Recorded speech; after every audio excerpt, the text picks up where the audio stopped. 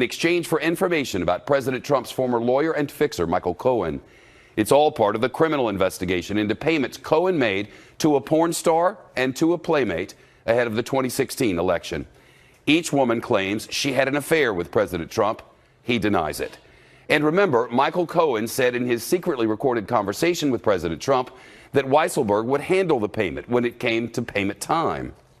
Need to open up a company for the transfer of all of that info regarding our friend David, so that I'm going to do that right away. I've actually come up and I've spoken to Alan Weisselberg about how to set the whole thing up with So what are we going to funding. Yes, and it's all the stuff, because you never know where that company, you never know where he's going to be.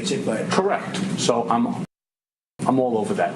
And I spoke to Alan about it when it comes time for the financing, which will be... Listen, what financing? We'll have to pay you. So pay the cash. No. No, pay by check. Remember, the president first said he did not know about the hush money payments in advance. His then aide, Hope Hicks, said, "We know nothing of these payments." His spokespersons, Raj Shah and Sarah Sanders, both said that the president denied knowledge of the payments. Michael Cohen said the president knew nothing of the payments. Cohen's attorney, David Schwartz, said the president was not aware of any of it. 4 months ago, President Trump himself denied knowing about a payment. Asked directly on Air Force One, "Did you know?" No. Now we know the president was not telling the truth. As for Weisselberg, reporters at the Wall Street Journal last month broke the news that the feds had called the Trump Organization CFO to testify before a grand jury earlier this year. The Journal reports Mr. Weisselberg then talked to investigators, though it's not clear from their reporting whether he ever appeared before a grand jury. What is clear is that the feds are tightening the screws. On Tuesday, the special counsel passed its first courtroom test when a jury found President Trump's former campaign chairman guilty of tax evasion and bank fraud. That same day, the president's former fixer implicated the president in a federal crime when he told a judge that candidate Trump directed him to pay off the porn star and the playmate. In Cohen's sworn testimony as part of his guilty plea, Cohen indirectly named the president as the man who directed his actions. The next day, when reporters asked Press Secretary Sarah Sanders about the payments, this was her refrain. What I can tell you is what the president has stated a number of times. He did nothing wrong. There are no charges against him. Sanders used essentially that same language nearly a dozen times in that one appearance.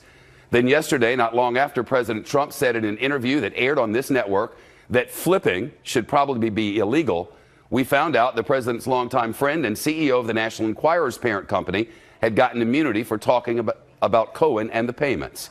Remember, executives at the tabloid reached a deal for $150,000 to pay the former playmate Karen McDougal for her story, then never published it.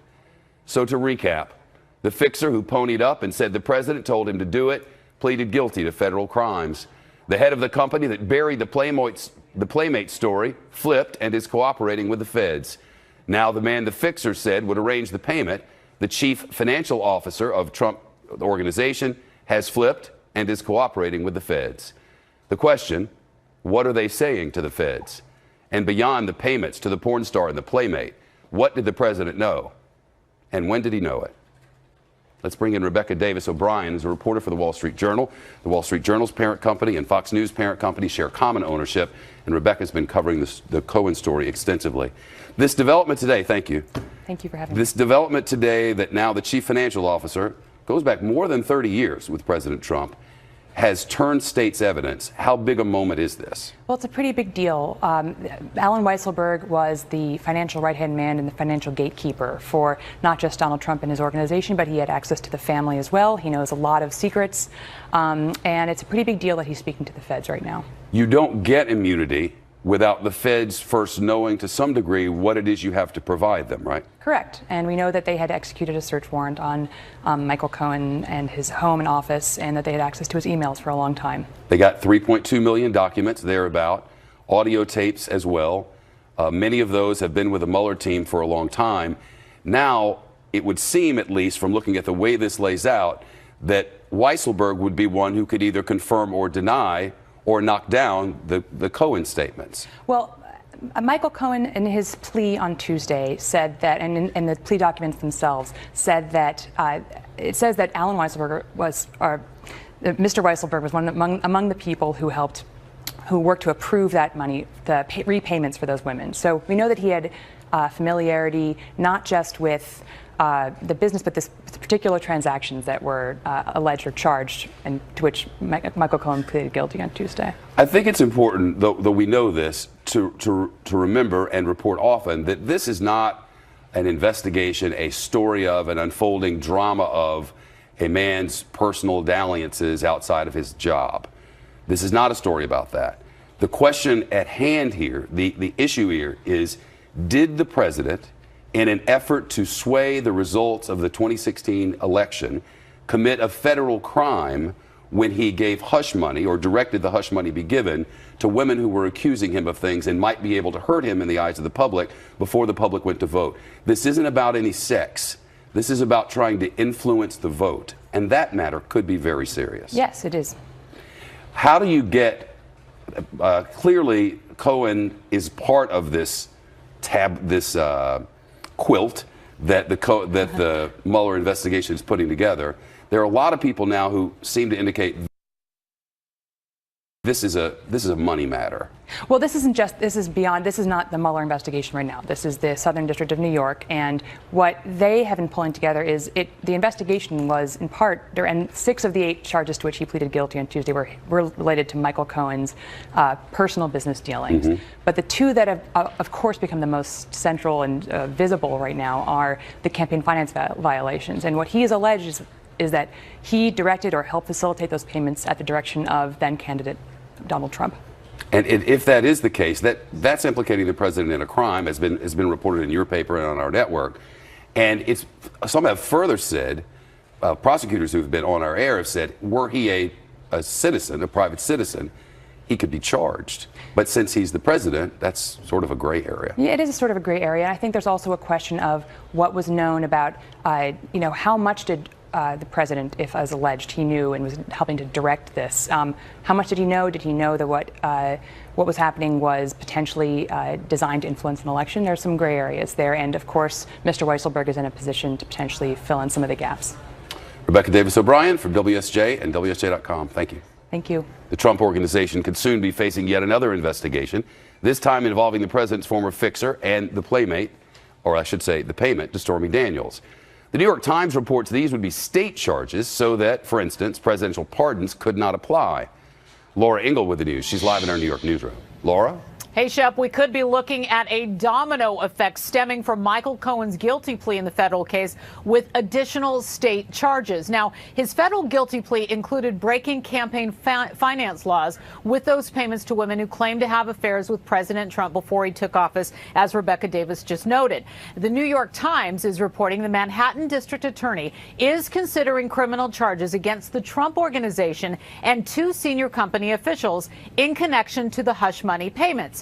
The Associated Press reporting one of those senior officials might be Alan Weisselberg, who allegedly reimbursed Cohen for the Stormy Daniels payment through the Trump Organization, marking it down as a legal expense. Remember, Weisselberg's immunity deal is only for the federal case. This situation could lead to state charges. The AP also reporting that New York's Attorney General has requested a criminal referral from the state tax department, which subpoenaed Cohen the day after he admitted to evading federal taxes. The question there, whether Cohen misstated his income on state tax returns as well, Shep. Hey, Laura, there's word that the National Enquirer kept a lot of this damaging information, the details of all the catch and kill stuff, in one place, in one safe.